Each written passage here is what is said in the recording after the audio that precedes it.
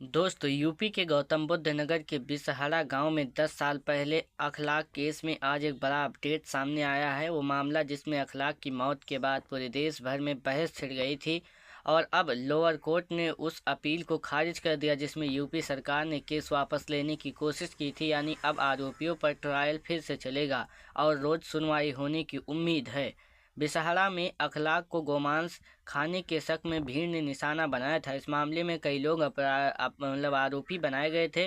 सरकार ने केस वापस लेने की अपील की थी, लेकिन कोर्ट ने साफ कह दिया कि ट्रायल चलेगा और न्यायिक प्रक्रिया पूरी होगी। अखलाक के भाई ने कहा, हम मुसलमान जरूर हैं, लेकिन मुर्गी तक नहीं काटी। न्याय की उम्मीद अब और बढ़ गई है। उनका कहना है कि इतने सालों के बाद यह फैसला परिवार के लिए हिम्मत बढ़ाने वाला है। लोअर कोर्ट ने मामले की गंभीरता देखते हुए ट्रायल जारी रखने का आदेश दिया है। अब रोजाना सुनवाई होगी और इसे जल्द किसी नतीजे की उम्मीद है। दोस्तों, इस केस पर देश भर की नज़र हमेशा से रही है।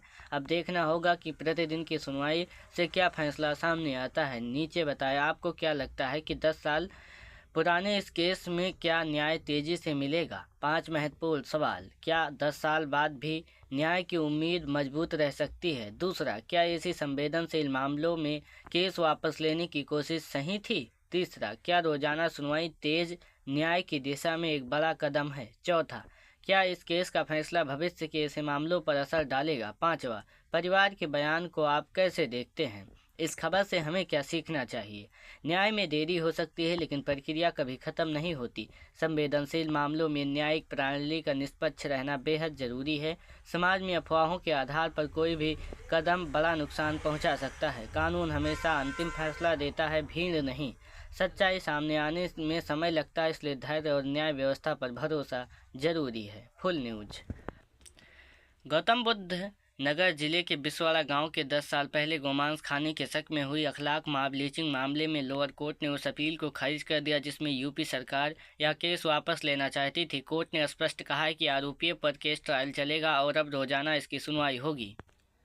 कोर्ट के इस फैसले के बाद दैनिक भास्कर ने अखलाक के भाई जान मोहम्मद से एक्सक्लूसिव बात की है। वो कहते हैं, हम 10 साल से अपने गांव नहीं गए। वो घटना के बकरीद के दिन हुई थी, इसलिए हमने 10 साल से ईद नहीं मनाई। हम मुसलमान जरूर हैं, लेकिन आज तक एक मुर्गी भी नहीं काटी। भास्कर ने इस बहुचर्चित मामले में कई अधिवक्ताओं से भी बात की।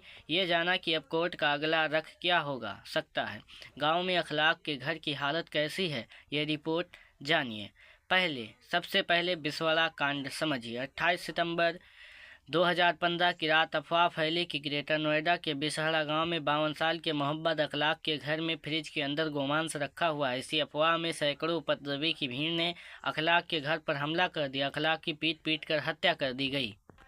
अखलाक की पत्नी इकरामन के 10 लोगों के खिलाफ एफआईआर कराई। इस घटना में ने ऐसा तूल पकड़ा कि देश भर में प्रदर्शन हुए। 22 दिसंबर 2015 को नोएडा की दादरी थाना पुलिस ने 18 आरोपियों के खिलाफ चार्जशीट दायर की थी। बाद में आरोपियों की संख्या 19 हो गई। इसमें एक आरोपी स्थानीय बीजेपी नेता संजय राणा का बेटा विशाल आरोपी भी है। वर्ष 2016 में एक अभियुक्त रवीन सिसोदिया की जेल में मौत हो गई थी। फिलहाल सभी 18 आरोपी जमानत पर बाहर हैं। साल 2021 में गौतम बुद्ध नगर की जिला अदालत ने इस केस का ट्रायल शुरू हो चुका है। कोर्ट ने यूपी सरकार की केस वापसी की अर्जी खारिज की है। 10 साल पुराने केस अब दोबारा कैसे चर्चाओं में आया, यह भी जानना जरूरी है। दरअसल उत्तर प्रदेश सरकार के न्याय विभाग ने 26 अगस्त 2025 को एक आदेश जारी किया और इस केस को वापस लेने के लिए कहा। इस आदेश में राजभवन की अनुमति होना बताया गया। उसके बाद 12 सितंबर 2025 को गौतम बुद्ध नगर की संयुक्त निदेशक अभियोजन ने डीजीसी क्रिमिनल को एक पत्र लिखा और शासन के आदेश पर आगे की कार्रवाई शुरू करने को कहा। 15 अक्टूबर 2025 को राज्य सरकार की तरफ से सीआरपीसी की धारा 321 के तहत ट्रायल कोर्ट में केस वापस लेने की अर्जी दी गई। 23 दिसंबर 2025 को गौतम बुद्ध नगर जिला अदालत ने इस अर्जी को खारिज करते हुए केस ट्रायल जारी रखने का फैसला लिया। फास्ट ट्रैक कोर्ट के अपर सत्र न्यायाधीश सौरभ द्विवेदी ने अपनी टिप्पणी में कहा, हत्या की गंभीर अपराध समाज के विरुद्ध किया गया अपराध है। राज्य इसी कारण मुकदमों की पैरवी करता है ताकि समाज में कानून व्यवस्था का भय बना रहे। दंड शास्त्र का सिद्धांत समाज के लिए बेहतर भलाई के लिए स्थापित किया गया है। मृतक के भाई बोले, हमने 10 साल की बकरीद नहीं मनाई। बिसाड़ा गांव कांड के बाद अखलाक और उनके भाइयों का परिवार गांव छोड़ चुका है। अखलाक की पत्नी और बच्चे गाजियाबाद जिले में एक अज्ञात जगह पर रह रहे हैं। दो भाई ग्रेटर नोएडा के कस्बा दादरी में अलग अलग रहते हैं। हम जान मोहम्मद के घर पहुंचे, जो नोएडा की एक कंपनी में प्राइवेट जॉब करते हैं और वहीं इस पूरे मुकदमे की पैरवी भी कर रहे हैं। कोर्ट के इस फैसले पर प्रतिक्रिया देते हुए जान मोहम्मद कहते हैं, जब यूपी सरकार की तरफ से कोर्ट में ये एप्लीकेशन डाली गई तो हमें थोड़ा झटका लगा, बल्कि मैं कहूँगा कि हमारे लिए ये अफसोसजनक खबर थी, क्योंकि 10 साल से हम न्याय की लड़ाई लड़ रहे थे। हमें बड़ा धक्का लगा। हमें कानून की ज़्यादा जानकारी नहीं थी। हमने अपने अधिवक्ता से बात की, फिर कोर्ट में अपना पक्ष रखा। कोर्ट के फैसले से मुझे ऐसा लगा है कि कानून का राज्य कायम है और न्याय इस देश में है। जान मोहम्मद कहते हैं, जब बकरीद आती है तो हमें वही सीन आता है, क्योंकि बकरीद से 3 दिन पहले ही हमारे भाई अखलाक की पीट कर हत्या कर दी गई थी। कुर्बानी ना हम पहले करते थे ना आज। मैं दादरी कस्बे में जहाँ रहता हूँ, वहाँ 25 से 30 हज़ार मुस्लिम आबादी है। यहाँ भी हमने कुर्बानी नहीं दी। हमने अपने हाथ से आज तक एक मुर्गी भी नहीं काटी। मैं चैलेंज के साथ कहता हूँ, अगर कोई एक व्यक्ति ये बात साबित कर दे कि कुर्बानी से हमारा कोई मतलब नहीं है। भरोसे की दीवार टूटी, इसलिए गांव छोड़ना पड़ा।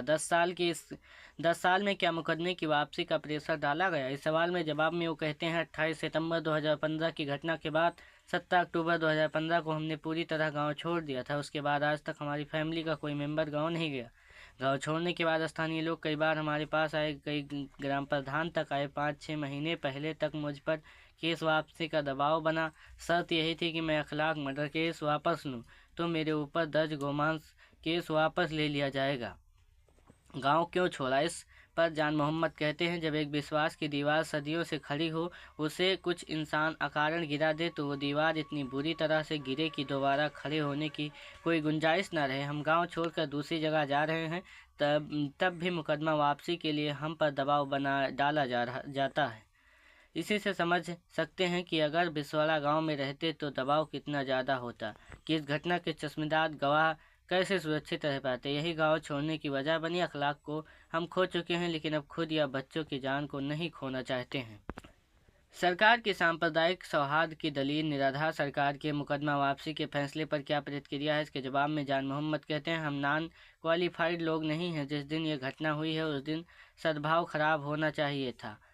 जब अखलाक की डेड बॉडी जेपी हॉस्पिटल में रखी थी, तब मेरे स्थानीय लोगों ने मुझे खूब उकसाया कि डेड बॉडी लेकर दादरी आ जाओ और यहीं चौराहे पर रख कर।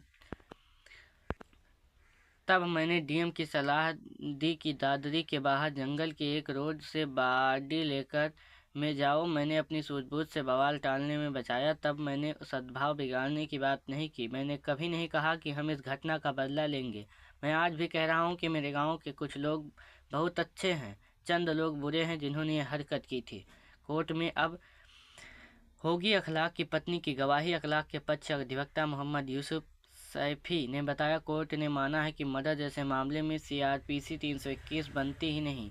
जब गवाहों की गवाही हो गई हो, केस ट्रायल पर चल रहा हो, आरोप भी तय हो चुके हैं, चार्जशीट भी पुलिस की तरफ से आई है, कोर्ट ने ये सारी चीज़ें देखी हैं और उप सरकार की केस वापसी की अपील खारिज कर दी। कोर्ट ने गवाहों की सुरक्षा को लेकर नोएडा पुलिस कमिश्नर और DCP ग्रेटर नोएडा को अलग से आदेश जारी किया है। इस मुकदमे में भी अभी मृतक अखलाक की बेटी शाइस्ता की गवाही हो पाई है। अखलाक की मां मुकदमे के दौरान एक्सपायर हो चुकी हैं।